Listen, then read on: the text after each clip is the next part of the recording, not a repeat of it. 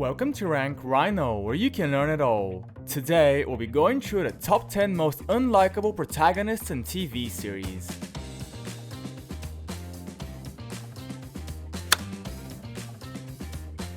For this list, we're taking a look at the characters that play a major role in a successful show and get under the skin of the audience members. Most TV series have at least one character like this, and to be fair, it's a sign of great writing and acting. By the way, we're not hating on any of the actors. We're sure they're all lovely people just doing their jobs. We're only talking about the specific roles. Number 10. Joffrey.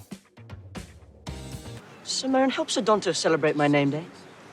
See that he drinks his fill. This is probably one of the easiest picks on any list of this type. Joffrey is one of the most disliked characters on Game of Thrones, and with good reason. He's smug, unpleasant, and heartless, and all of this even before he became the king of Westeros. Even when he's the king, he continues acting as a spoiled brat who gets what he wants regardless of the means throughout his short-lived reign. My mother's always had a penchant for drama. Facts become less and less. His list of dastardly moments includes him torturing and abusing countless women, fleeing the Battle of the Blackwater, and having Ser Ilyn Payne behead Ned Stark in front of his daughter. The last one happened in the show's first season, by the way, which sets a pretty nasty precedent for Joffrey's personality for the rest of the series. As such, his demise at the Purple Wedding was one of the most celebrated moments by Game of Thrones fans. Number 9. Rachel Berry. Oh, you don't speak English. You like me sing. You like me sing. Unlike Game of Thrones, Glee doesn't have any characters that are vicious per se. Rachel Berry, the show's protagonist, is gifted, dramatic, and outgoing, which is great for a show aimed at teenagers. The thing is, most of the show's fans are very annoyed with her need to receive all of the plaudits for the performances and her refusal to acknowledge anyone else's talent. I don't think people whisper about me in the lunchrooms or draw pornographic pictures of me on the bathroom walls. Rachel ensures that she's always the center of attention, regardless of the situation. She might be an extremely gifted vocalist that does deserve the praise she gets, but that doesn't make up for her behaving as if the entire world is out to get her when things don't go her way. Although extremely talented, her inability to accept that other people deserve their time in the spotlight makes fans dislike her more than anyone else on the show. Number 8. Andy Bernard. Fine, I'll just go sit at my desk and be quiet. Sorry I annoyed you with my friendship.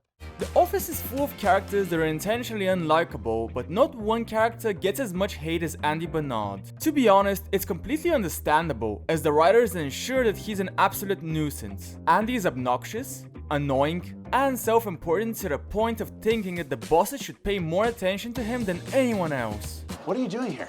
Andy? Are you a student here? Oh, yeah. The character made his entrance in season 3 when Jim moved to the Stanford branch. There, Jim decided to mess with him a bit and Andy showed a horrid temper. Although he went through some major changes in the show and he became a much softer and more tolerable persona, fans never stopped seeing him as a lunatic. Not to mention, by the show's final season, he goes back to his old, distasteful habits. Number 7. Nate. Well, I was supposed to go to this party with my sister. Right. And then we got into this. Nate Jacobs is the most unsettling person in Euphoria, with him showing his true colors from the very start of the show. He emotionally manipulates people to get what he wants and doesn't really show any remorse even when there are consequences. During the show's 2 seasons, he abused Maddie, catfished Jules, emotionally manipulated Cassie, beat Tyler to an inch of his life, and even called the police on his father. Aren't you like a drug dealer? Are you in a relationship? Nah, bro, that's like... As Euphoria progressed, it became obvious that Nate had a traumatic relationship with his family, especially his father, which is likely the reason behind his dangerous nature. Regardless, his toxic family doesn't excuse him from being an obnoxious, highly dangerous brute who refuses to take any responsibility for his actions and never takes no for an answer. Number 6. Janice. Why didn't they collar her then? I'm suing the township for wrongful arrest. No, you're not! And the why is so. Now, The Sopranos isn't known for ethical characters, but fans still love the morally great protagonists. Well, except Janice. On a surface level, Tony Soprano's sister acts as a diplomat in the show, trying to talk with other characters so she can help them. But on the inside, she actually has all the same problems that her brother has, except without any of his likable traits. I think we're on the do not call list. Oh, no, we're happy with our service. Considering that the show revolves around Tony and him dealing with his depression, it's not a surprise that fans grew to dislike Janice as she continuously hounded her brother for his misgivings and made him feel bad at multiple points. And the biggest gripe that most fans have with Janice is that she's a hypocrite, as she often berates Tony for his behavior while involving herself with his matters just as much. Number 5. Ross. YOU''RE means you are. YOU''. Friends is one of the most beloved shows of all time, and each of the main characters has a dedicated fandom that loves everything about them, except Ross. There are some fans that relate to Ross and his mixed experiences, but even that can't save him from being the most criticized character on the show, especially due to his uncomfortable love story with Rachel. Hovering around the subject, I just have to say that dinosaurs, they don't go rough. We're not saying that Ross isn't funny, but to be fair, he can easily be described as that toxic friend that everyone has or as a stereotypical nice guy. He has arrogant moments that make you question his persona, he constantly whines about things not going his way, and he's made a few dubious decisions throughout the show, like dating his own students. Honestly, Ross just didn't have the same charm that the other characters from the group had. Number 4. Skyler. My name is Skyler White, yo. My husband is Walter White, yo.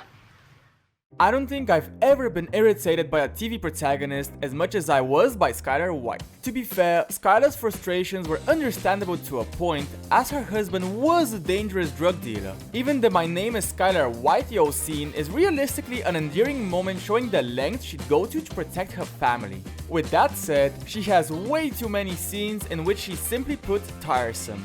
School teacher, cancer, desperate for money. Okay, we're done here. Roped into working for unable to eat. Realistically, Skyler didn't need to put up with Walter's behavior.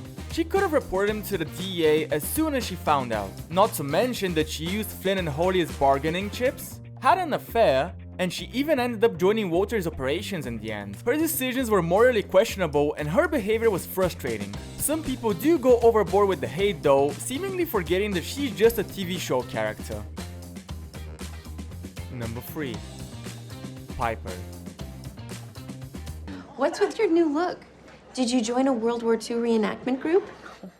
Orange is the New Black features a plethora of brilliantly written characters, but sadly the main character, Piper Chapman, isn't one of them. Many of the personas in the show have multi-layered, questionable backstories that build their character. In comparison, Piper looks selfish, whiny, and shallow. She's the most harmless character in the series, but that quality is seemingly detrimental to her. Why would anyone ever listen to her? I don't know what you're talking about. She clearly has magic powers.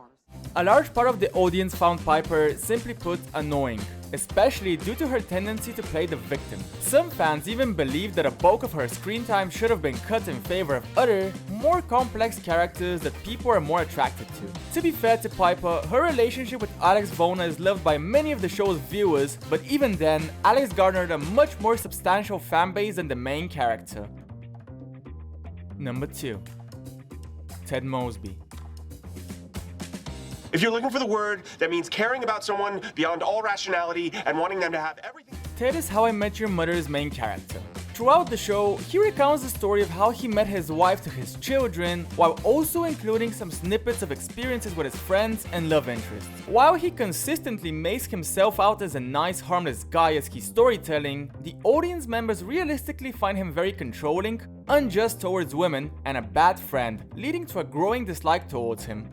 I'd go to the bagel place, see a pretty girl in line, reading my favorite novel. As the series progresses, you can notice how Ted displays a negative attitude towards women, with him demanding perfection or being too pushy. When it comes to his friends, he prefers looking out for himself before any of them, and he's also easily the blandest character of the group. The benefit of Ted being irritating is that the rest of the leading characters looked increasingly more charming in comparison.